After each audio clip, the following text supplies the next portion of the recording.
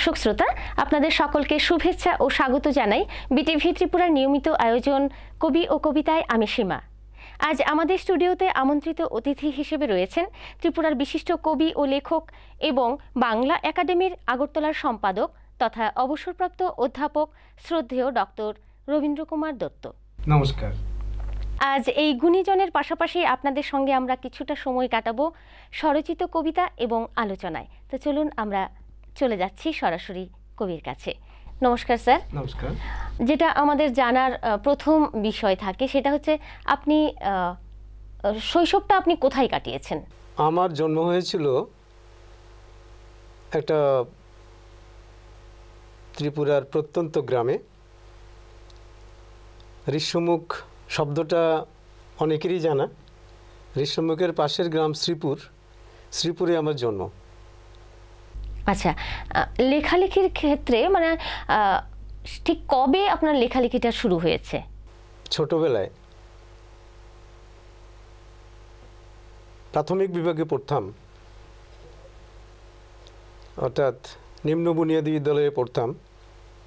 তখন এই দ্বিতীয় তৃতীয় শ্রেণীতে যখন পড়তাম তখন আমরা তো গ্রামের ছেলে, আমাদের বাড়িতে গরু ছিল, গরু নিয়ে আমরা মাঠে যেতাম।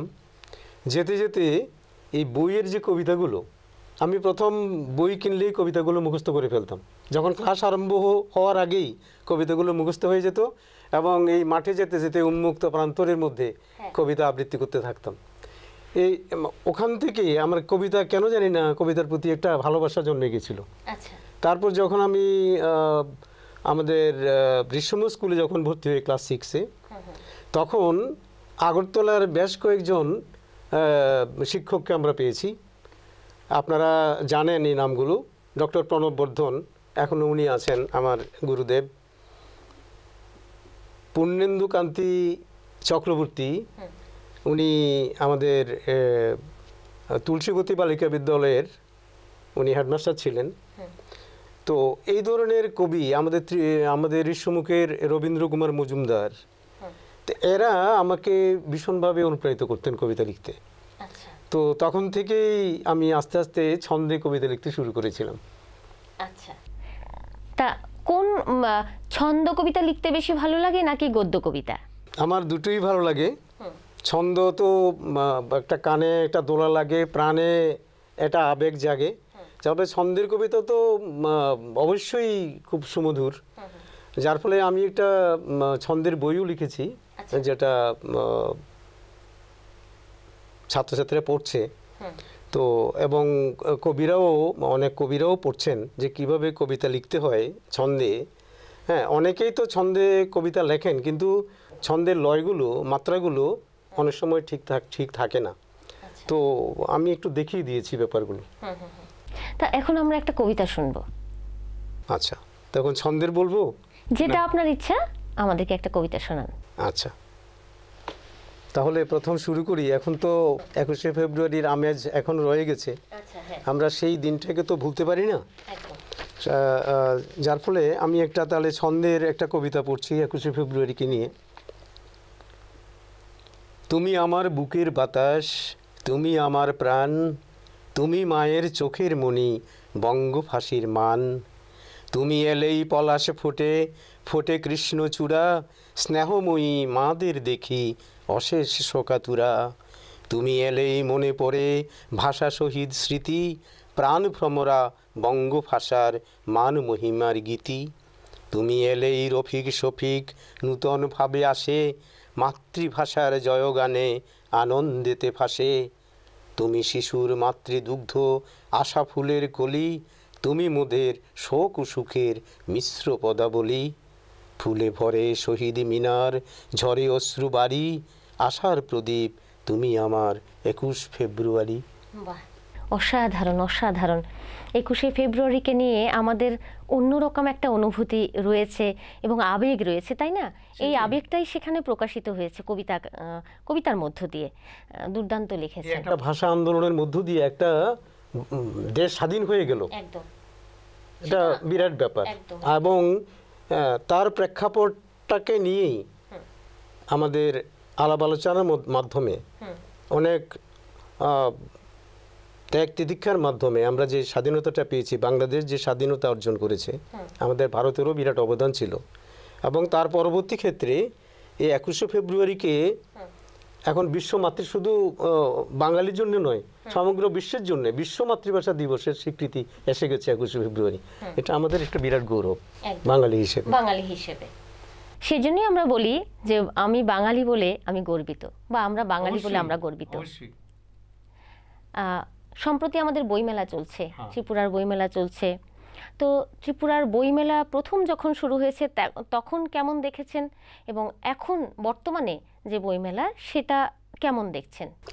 বইমেলা শব্দটা শুনলেই মনের ভেতরে কেমন একটা মানে দোলা সৃষ্টি হয়। প্রথম যখন বইমেলা শব্দটা শুনেছি তখন আমার অন্তত একটা বিস্ময় জাগতো, এত কিছুর মেলা দেখেছি, বই মেলা আবার কেমন জিনিস। কিন্তু আমরা দেখলাম আমাদের ত্রিপুরায় যখন বইমেলাটা শুরু হলো, এই রবীন্দ্র ভবন, আগের রবীন্দ্র ভবন, এখনের রবীন্দ্র ভবন নয়, আগের রবীন্দ্র ভবনের চারদিকে, এখন তো প্যাটার্নটা পাল্টে গেছে, রবীন্দ্র ভবনের নতুন ইমারত হয়েছে, আগে যেটা ছিল তার চারদিকে স্টল হয়েছে, অনেকগুলো স্টল হয়েছে, মাঝে মাঝে বসার জায়গা করা হয়েছে। তো কি উন্মাদনা দেখলাম, মানুষ কিভাবে বইয়ের জন্য ছুটছে। আমাদের তখনকার যে ত্রিপুরা সরকারের একটা মুখ্য ভূমিকা ছিল। তারা কি করেছিলেন, বইমেলাতে 10% ছাড় দিতেন। মানে পুস্তক বিক্রেতারা 10% দিচ্ছে, আর গভর্নমেন্ট 10% দিচ্ছে, মানে 20% আমরা পেতাম। তো আমরা বই কিনতাম, বই কিনে শেষে একটা লম্বা লাইন হতো কাউন্টারে, আমরা এই বই নিয়ে আমরা দাঁড়াতাম। দাঁড়ানোর পরে সেখানে গেলে বইয়ের মধ্যে একটা সিল মেরে দিত, তারপরে আবার 100 টাকায় 10 টাকা করে আমাদেরকে দিয়ে দিত। তো এটা একটা মানে বিরাট একটা অনুপ্রেরণা জেগেছিল বই পড়ার ক্ষেত্রে। তো এই করতে করতে বেশ কিছু বছর গভর্নমেন্ট দিলেন, দেওয়ার পরে এবার যখন দেখা গেল মানুষ প্রস্তুত বই কিনতে আগ্রহী হয়েছে, এবার আস্তে আস্তে ভর্তুকিটা তুলে দিলেন। কিন্তু তুলে দিলেও বই কেনার কোনো ঘাটতি হচ্ছে না, মানুষ কিন্তু নিজের আবেগেই বই কিনছে, মানে পাঠকের আগ্রহের অভাব নেই। আর অনেকে যে বলে বই সবাই পড়ে না, বই সবার জন্য নয়, সবাই বই পড়ে না, কখনো পড়ে না, আগেও পড়তো না, এখনো পড়ে না। কিন্তু যারা বই পড়ে একটা অংশ, শতকরা 10 জন হোক 8 জন হোক বই পড়ছে, ওরা সবসময় বই পড়বে। সুতরাং যে যাই বলুক না কেন, বই বিক্রি হচ্ছে না, বই কাটছে না, মানুষ পড়ছে না, এই কথাটা বোধহয় ঠিক না। আচ্ছা আচ্ছা, তা আপনি বাংলা একাডেমি আগরতলার সম্পাদক হিসেবে এটা জানতে চাইবো আপনার কাছে যে বইমেলাতে এই বাংলা একাডেমির কি কোনো ভূমিকা রয়েছে? না, অবশ্যই আছে। আচ্ছা, আমরা ছোট করে, আর আমাদের সামর্থ্য খুব কম, আমরা এই মাত্র 2 বছরের মতো হয়েছে, আমরা হাঁটি হাঁটি করে পাপা করে ছুটছি। তো এই অবস্থার মধ্যেও আমাদের আর্থিক ক্ষমতা কম, আমাদের সদস্য সংখ্যাও এখনো কম, তবু আমাদের চেষ্টার কোনো ত্রুটি নেই। আমরা ছোট একটা স্টল নিয়েছি, আমাদের আগের কিছু বই, আমাদের লেখকদের কিছু বই আমরা রেখেছি। আর নতুন এই বছর আমরা 4টা বই বের করেছি বাংলা একাডেমি থেকে। তো এই 4টা বইয়ের মধ্যে আমার এই বইটাও আছে, এটা হচ্ছে ঐকতান পরমাণু কবিতার বই। তো এটা একটা নতুন ঘরানা।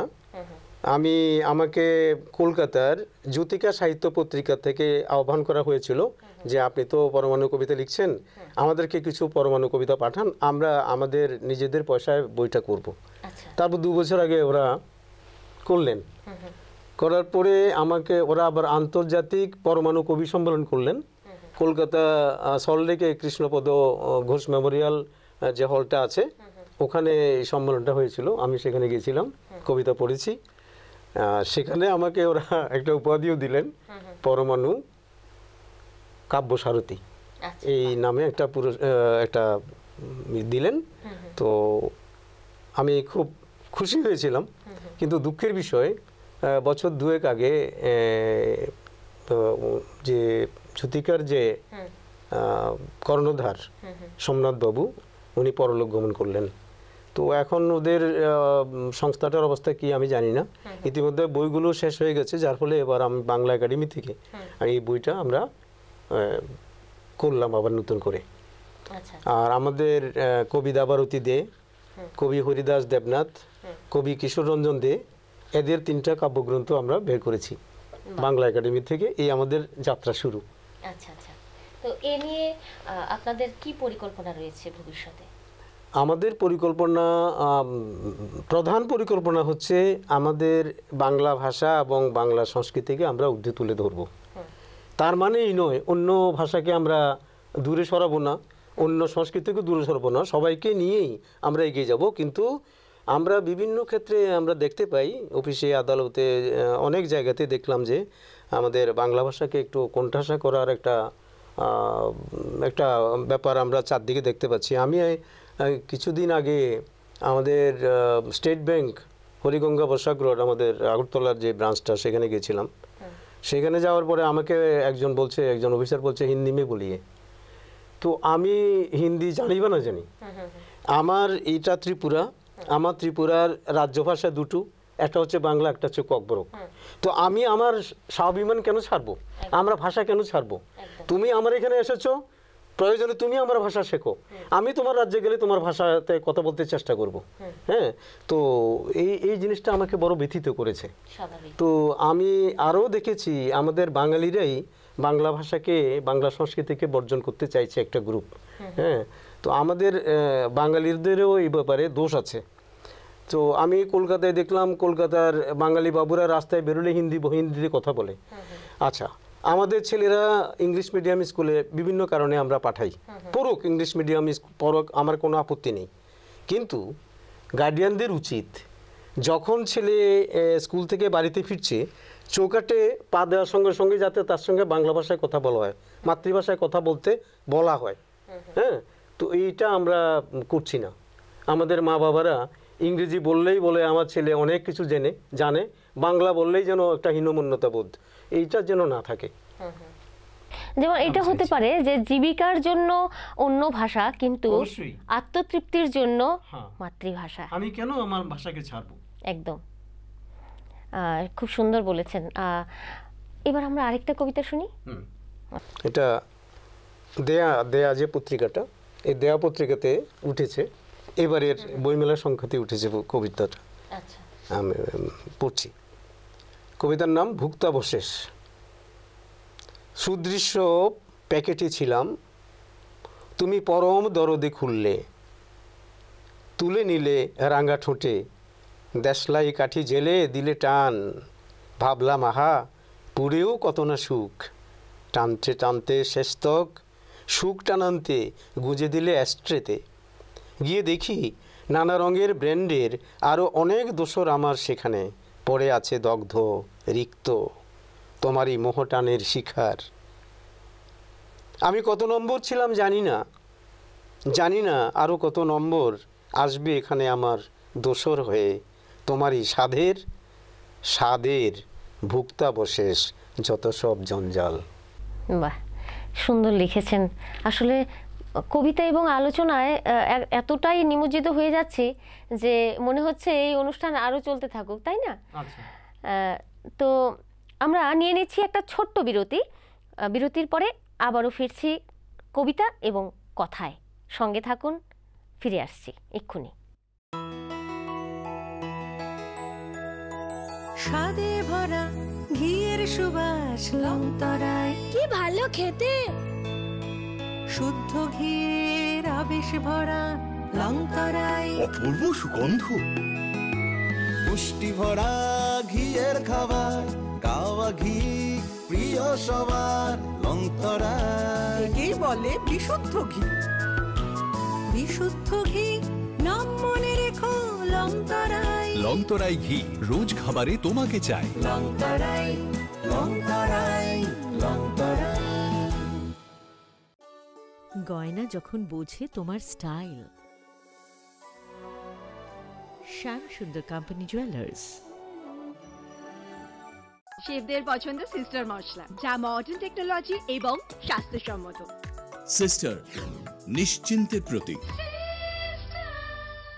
ফিরে এসেছি ছোট্ট বিরতির পর। আপনারা সঙ্গে থাকুন, আমরা আবারও চলে যাচ্ছি কবিতা এবং কথায়।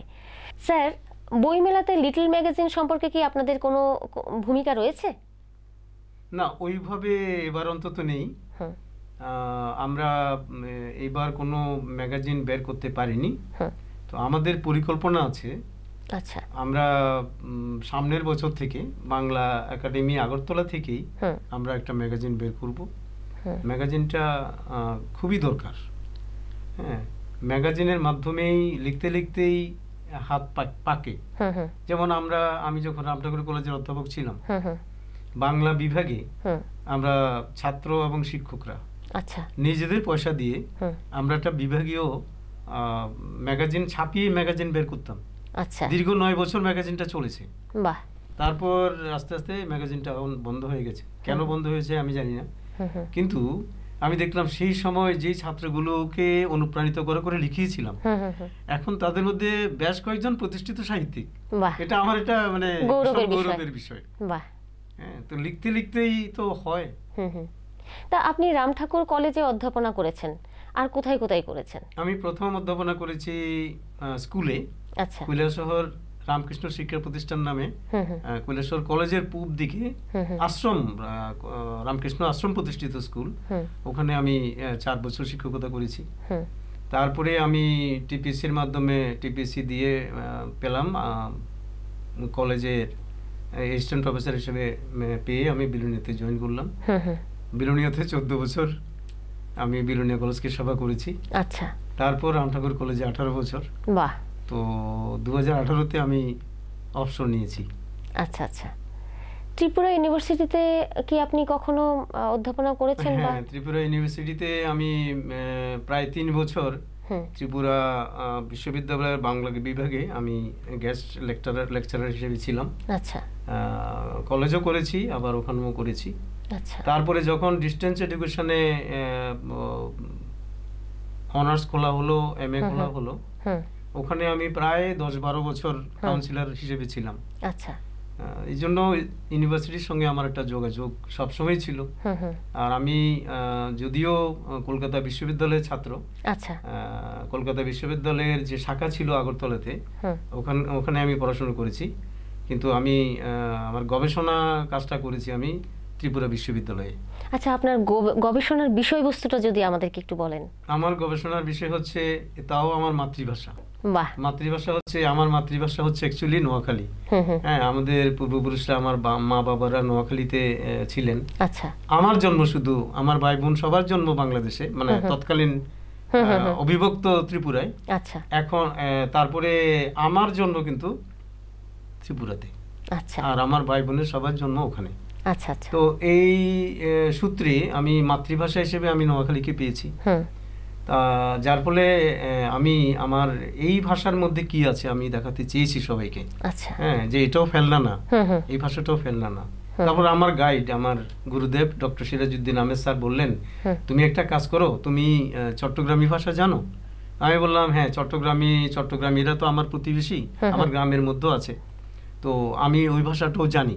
আচ্ছা। যদিও পুরোপুরি বলতে পারি না, জানি। বলছে যে এই দুটো ভাষার মধ্যে তুমি কম্পারেটিভ স্টাডি করো। আচ্ছা। আমি এবার এই দুটো ভাষার মধ্যে কম্পারেটিভ স্টাডি করলাম। করার ফলে এখন বোঝা গেল কি, দুটো উপভাষার মধ্যে কম্পারেটিভ স্টাডি হলো, আবার আমাদের যে প্রমিত ভাষা, যে বাংলা স্ট্যান্ডার্ড ভাষা, তার সঙ্গেও কিন্তু কম্পারেটিভ হলো। মানে একটা 3টা ভাষার মধ্যে কম্পারেটিভ স্টাডি হয়ে গেছে। তো আমার এই গবেষণা গ্রন্থটা এখন আমি যদ্দ শুনেছি, আমার খুব ভালো লাগে শুনলে।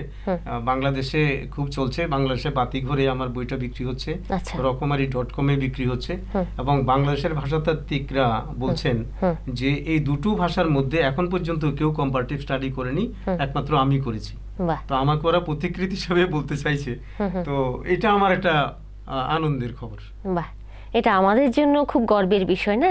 কারণ আমাদের ত্রিপুরার একজন বিশিষ্ট লেখক বা কবি আমাদেরকে এই ধরনের উপহার হিসেবেই বলতে পারি আমরা, এই ধরনের একটা আন্তরিক টানেই করেছি, অন্য কিছু না। তাও মাতৃভাষাকে নিয়ে এমন গবেষণা করার ফলে আমাদের আসলে গৌরবটা বেড়েই গেছে বলতে হয়। আর এখন আমি কিছু ওই কবিতার মধ্যে নতুন কিছু ঘরানা আছে তো, আচ্ছা, ওই হ্যাঁ। তানকা কবিতা, হাইকু কবিতা, হুম। হ্যাঁ, লিমেরিক, হুম। আবোল তাবোল, আচ্ছা এই ধরনের কিছু কবিতা লিখছি এই কয়েক বছরের মধ্যে। আচ্ছা, তাহলে ওই ধরনের কবিতা থেকে আমরা কিছু শুনি। আচ্ছা, তাহলে প্রথমে শোনাই, এটা তানকা কবিতা। আচ্ছা তানকা কবিতাটা অ্যাকচুয়ালি প্রথম সৃষ্টি হয়েছিল জাপানে। আচ্ছা তো এই কবিতাগুলোতে 5-7-5-7-7 আচ্ছা এমন ধরনের হুম হুম মাত্রা থাকে, হুম হুম এবং ছোট ছোট কবিতা। হুম যেমন আমি আমার একটা কবিতা আমি শোনাচ্ছি। হুম মায়ের স্থান পূর্ণ করেছো তুমি মেয়ে আমার, বটবৃক্ষের ছায়াটা পেয়ে প্রাণ পেলাম। বাহ। এইরকম ছোট ছোট, হুম হুম যেমন হেমন্ত চিত্র, হুম আমাদের মনে আসে, হেমন্তের কথা মনে এলেই জীবনানন্দের কথা মনে এসেছে। হুম হুম হুম সবুজ মাঠে আজ সোনালি ধান, খেজুর রস, পিঠে পুলি নবান্ন, এ হিমেল হেমন্তে। আরেকটা কবিতা প্রেম বিষয়ক। হুম পূর্ণিমা চাঁদ দিঘির ঝোলে ভাসে, পদ্মের হাসি যেন মজনুর স্পর্শে বিরোহিণী লাইলি। বাহ, খুব সুন্দর। হচ্ছে তানকা। হুম হুম এটা লিমেরিক শোনাই। হ্যাঁ অবশ্যই। আমরা তো অনেক লিমেরিক পেয়েছি সুকুমার রায় সহ অনেকের কাছে। হুম হুম ওপারার যে সুরেন খুরু এমনই তার গুণ, দইয়ের বদলে তিনি খেয়ে নেন চুন। পকেটখানা গড়ের মাঠ, বাঁধাতে চান পুকুর ঘাট, চিনির বদলে মনানন্দে খেয়ে যান নুন।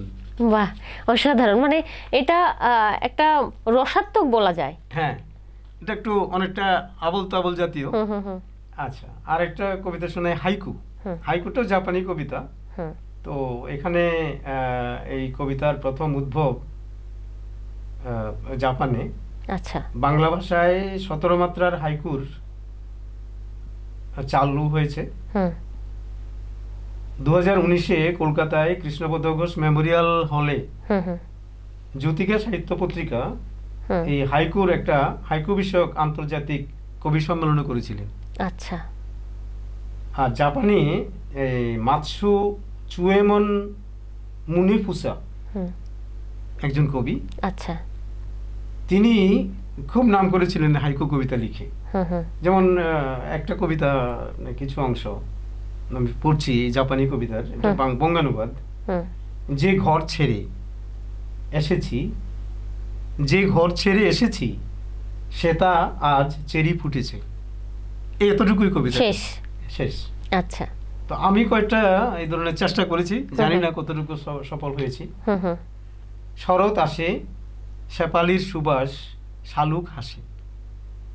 এর পরের কবিতা পূজার গানে, ঢাক ঢোলের বলে, পুলক প্রাণে।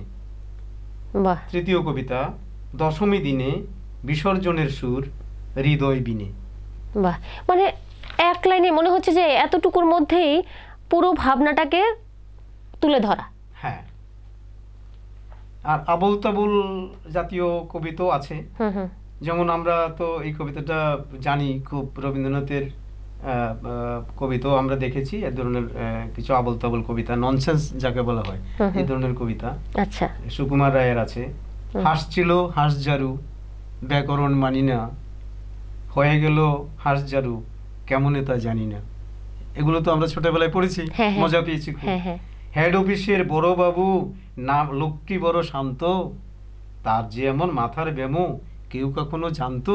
হুম এই যে কবিতাগুলো, এগুলো তো আমরা বেশ হেসেছি। হুম হুম হুম হুম এই ধরনের কবিতাও লিখতে চেষ্টা করেছি কিছু কিছু। হুম হুম একটা কবিতা দেখি, একটু শোনাই। হুম যেমন আমার এই কবিতাটার নাম হচ্ছে আজব স্বপ্ন। আজব একটি স্বপ্ন আমি দেখলাম গত রাত, হিংসা ভুলে পশু পাখি রাখছে হাতে হাত, হরিণ গরু খাচ্ছে ছানা, বাঘে সিংহে ঘাস, সাপ নেউলে খেলছে দাবা, সুর গন্ডার তাস, বানর খাচ্ছে খাজা গজা, কুমির খাচ্ছে পান, বাহ। ছাদনা তলায় বাঘের বিয়ে, শিয়াল গাইছে গান। তাই না দেখে হাতি সিংহ শুরু করলো নাচ, তাদের সঙ্গে নাচতে এলো আরো পশু 5। লেজটি তুলে গরু দিল গাছের ডালে লাফ, ভয়ের চোটে গাছের বানর জলে দিল ঝাঁপ। ছেলের বিয়ে বাঘের বাবার হরষিত মন, লুচি ঘুগনি মন্ডা মিঠাই আনে 1000 টন। নামন্তন্ন খেতে এলো পশু পাখির ঝাঁক, বেড়াল দেখে দৌড়ে ইঁদুর চিহি চিহি ডাক। বাহ, বেড়াল বলে ওরে ইঁদুর ভয়ের কিছু নাই, বৈষ্ণব মন্ত্রে দীক্ষা নিয়ে নিরামিষ স্যুপ খাই। মজা পেয়েছি, ভীষণ মজাদার কবিতা। আসলে চমৎকার, এগুলো পড়তে আমরা ছোটবেলায় খুব মজা পেতাম। এখন আপনার কণ্ঠে শুনে সত্যি খুব মজা পেয়েছি, হাস্যরসাত্মক বলা যায়। আমাদের অনুষ্ঠানের একদম শেষ পর্যায়ে কিন্তু আমরা চলে এসেছি। আমরা আরেকটা প্রশ্ন জানতে চাইবো যে নারীদের অগ্রগতির ক্ষেত্রে সাহিত্যের কি ভূমিকা রয়েছে? নারীদের অগ্রগতির জন্য সাহিত্যের তো একটা বিরাট ভূমিকা আছে। আমরা ছোটবেলায় নারীদের যে অবস্থা দেখেছি, খুবই দুর্বিষহ অবস্থা দেখেছি। আচ্ছা, নারীরা নির্যাতিত হচ্ছে, লাঞ্ছিত হচ্ছে, অপমানিত হচ্ছে। কিন্তু আজ অনেকটা সময় এগিয়ে এসেছে, আমরা এখন দেখতে পাচ্ছি নারীরা কিন্তু অনেক স্বাধীন, অনেক কি বলবো, অনেক সুযোগ সুবিধা পাচ্ছেন এবং কর্মক্ষেত্র তাদের প্রসারিত হয়েছে, রান্নাঘরের কোণ থেকে তাদের অনেকটা প্রসারিত হয়েছে। কিন্তু তবু কোথাও কোথাও বিচ্ছিন্ন ঘটনা ঘটছে, নারী নির্যাতনের খবর আমরা এখনো পাই। হ্যাঁ, পণের নামে বিভিন্নভাবে নারীদের শোষণ করা, নারীদের নির্যাতন করার খবর এখনো পাই, খুব ব্যথা লাগে। কিন্তু যেভাবে নারী জাগরণ হচ্ছে, এটা সাহিত্য একটা বিরাট ক্ষেত্র তৈরি করে দিচ্ছে নারীদের। তো সাহিত্যের অবদান বিশাল অবদান আছে। তো আমরা সমাজ পরিবর্তন কারা করে? প্রথম কিন্তু সাহিত্য। কবি সাহিত্যিকরা যখন চোখে আঙ্গুল দিয়ে দেখান আমাদেরকে, তখন আমাদের সমাজটা এগিয়ে যায়। এই জন্য কবি সাহিত্যিকদের ভূমিকা কিন্তু বিশাল। একদম। তো সেই ক্ষেত্রে সাহিত্য একটা বিরাট ক্ষেত্র তৈরি করে দিয়েছে নারীদের জাগরণের জন্য। হ্যাঁ, তো এটাকে অস্বীকার করার সচেতনতা বৃদ্ধি করেছে। যেমন আমি এই প্রসঙ্গে বলতে পারি, আমি একটা কবিতা লিখেছিলাম অনেক বছর আগে ছন্দে, এই নারীদের এই নারী নির্যাতন বা এই সমস্ত ব্যাপার নিয়ে। আমি দেখি যদি কবিতাটা বের করতে পারি, একটু শোনাবো। আমরা অনুষ্ঠানের একেবারে শেষ মুহূর্তে চলে এসেছি। আমরা একটা কবিতা শুনবো, এই কবিতা শোনার মধ্য দিয়েই আমরা অনুষ্ঠান শেষ করব। নারীরা অনেকটা এগিয়ে গেছে, কিন্তু নারীদেরকে শোষণ করা, নির্যাতন করা এখনো তো পুরোপুরি বন্ধ হয়নি সমাজে। এটা যত তাড়াতাড়ি, যত সম্ভব আমরা নারীদেরকে শ্রদ্ধা করতে পারবো, ততই মঙ্গল। আমি আঞ্চলিক ভাষায় লিখেছি, আগরতলার। বাহ, এটা তো আরো দারুণ ব্যাপার। কবিতাটার নাম হচ্ছে মাইয়ার মঙ্গল। বড় লোকের বেটা দীক্ষা, মাইয়ার দিলাম বিয়া, জমি বেচ্চা গরু বেচ্চা 30,000 দিয়া। বাহ। হার বেছিলাম, দুল বেছিলাম, আরো দুধের গাই, ধান বেছিলাম, মান বেছিলাম, মাইয়ার মঙ্গল চাই। খাট দিলাম, পালং দিলাম 25,000 গুণা, তারপরেও জীবন বাবার তৃপ্তি হইল না। শাশুড়ি কয় যাও বৌমা, যাও বাপের বাড়ি, টিভি ছাড়া ফ্রিজ ছাড়া কি সুখে থাকতে পারি? আমি বাবা দিশাহারা, বেচি গায়ের রক্ত, আমি বাবা দিশাহারা, বেচি গায়ের রক্ত, তারপরেও বাবা জীবন হইয়া রইল শক্ত। মনের দুঃখ রইল মনে, উপায় দেহি না, অবশেষে নিলাম শপথ, কিচ্ছু দিমু না। দারুণ পণ করেছে, মানে পণ দেওয়ার ক্ষেত্রে পণ করেছেন, না পণ দেবেন না, এটাই তো এই মানসিকতা যদি হতো গার্ডিয়ানদের, মানে মনে হয় খুবই ভালো হতো, পণ প্রথাটা হয়তো উঠে যেত। তো আমাদের শেষ কবিতাটা আমরা শুনলাম, আমরা কিন্তু একটা সামাজিক অবক্ষয়ের বিরুদ্ধে একটা বার্তা কিন্তু আমরা পেয়েছি, পণ প্রথার বিরুদ্ধে, না? তো স্যারকে অসংখ্য ধন্যবাদ, আমাদেরকে আপনি এতটা সময় দিয়েছেন, আমরা উপকৃত হয়েছি, অনেক কথা শুনেছি, অনেক অজানা বিষয় জানতে পেরেছি, আমরা সমৃদ্ধ হয়েছি। আমরা পরবর্তীকালে আবারও এমন একজন কবিদের সঙ্গে আপনাদের পরিচয় করাবো। আপনারা বিটিভি ত্রিপুরার পাশে থাকবেন, রয়েছেন, আগামীতেও থাকবেন, এই প্রত্যাশায় আজকে এখানেই শেষ করছি। ভালো থাকবেন। শুভরাত্রি। নমস্কার।